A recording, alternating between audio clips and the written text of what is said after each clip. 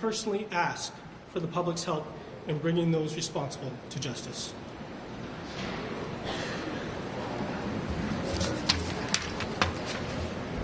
Thank you.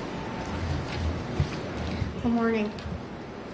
On behalf of my family, I want to thank DRPS for their efforts to bring these people to justice, and to Anna Naud for her work to make this reward possible.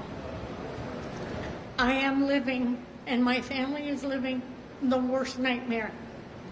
My soul is irreparably broken. My baby child, Michael, who was proud to wear that name, baby child, a much loved and desperately missed son, brother, Zio, and best friend, to many was the kindest, funniest, most generous human being you could ever meet.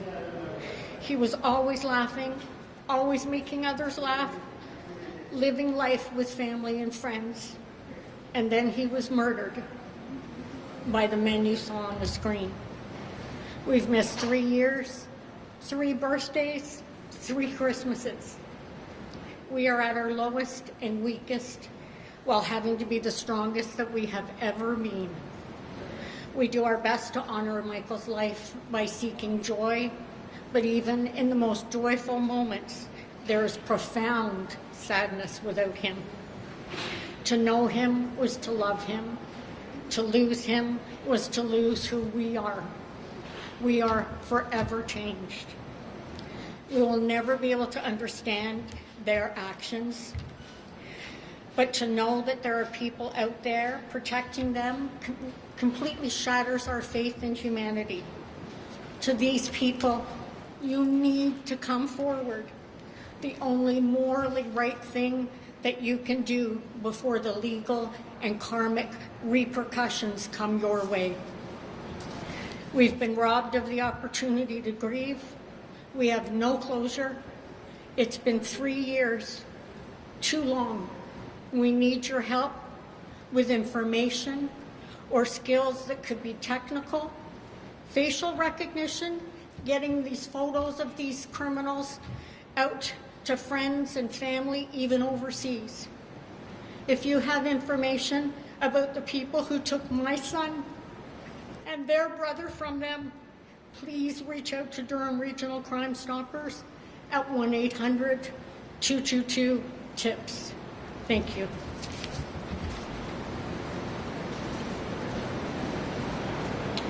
Detective Sergeant Mamers will now answer any questions you have.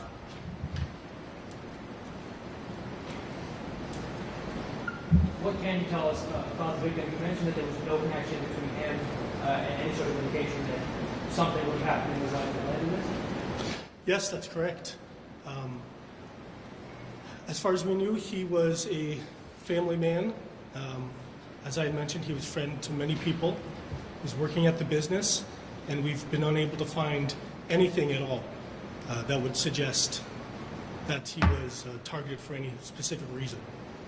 We do exhaustive backgrounds to try to understand why somebody is in this awful situation, and we've had no leads. What's been so difficult about trying to find the names of these suspects? I mean, 3 years later, we still don't even know their names publicly. Is that something that officers have and just aren't releasing at this time? No, we do not know who these individuals are, and that is part in why we are appealing to the public for any tips, any small bits of information. You narrowed it down to an area of Toronto, though, so what's been so difficult in trying to uncover that information? I can state that these images are from that area. That's how we were able to obtain these images. Do you believe that they're still in Lawrence area? We don't know. We don't know if they reside in that area, if that's a place frequented by them, but I can state that these images were from that area. Is there a connection to any organized crime or anything like that, or you just don't know? We do not know. This is obviously important enough to put a cash reward on. What incentive would somebody have to keep the identities of these individuals in? What incentive would they have to keep the identity? Because we don't know who these individuals are or what kind of networks they're with, that's just be pure speculation. Could you give us a timeline as to when you were able to determine that the suspects were in the Keele Lawrence area in terms of finding these vehicles, considering that the murder happened in Oshawa, and then you're able to find that these pictures of the suspects were tracked down into Toronto. Where was the connection? How did you guys end up getting to this piece?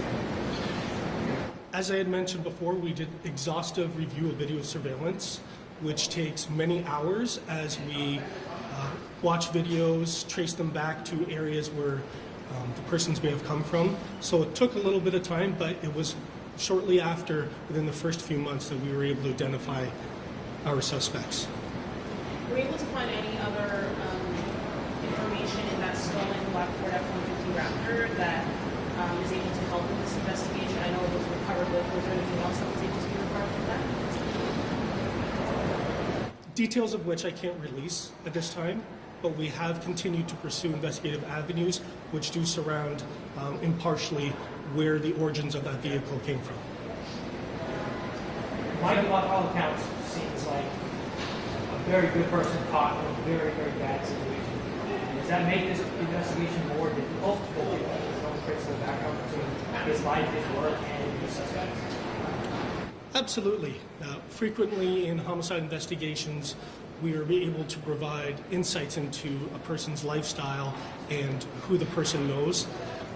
Since this has not provided any leads based on his life, it has become very challenging. Since this seemingly was rather unprovoked, at least from what we know so far, what's the concern here with these two who are still obviously out on the run? For the public as well. Coming here to Oshawa, going back to Toronto, presumably there's robbery problems in multiple pieces. Absolutely, we are always concerned about the safety of the public, and which has been paramount as part of why we've continued to pursue this vigorously over the last 3 years. What goes into the decision-making process as to how much this information is worth? How do you decide that it's $15,000 instead of 30, 50, 100? How do you make that decision? Those are parameters established by Crime Stoppers, and I can't speak to that.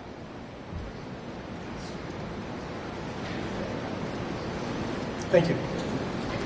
Thank you, everyone, for coming this morning. That concludes our press conference.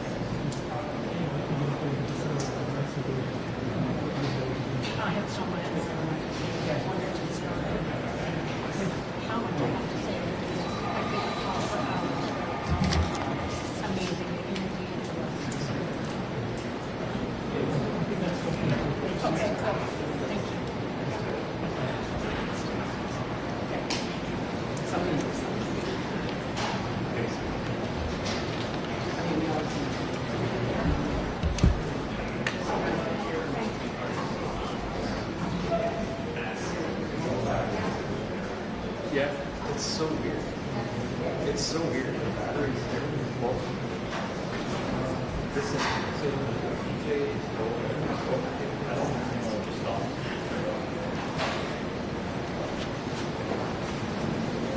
You want me to refeed right now?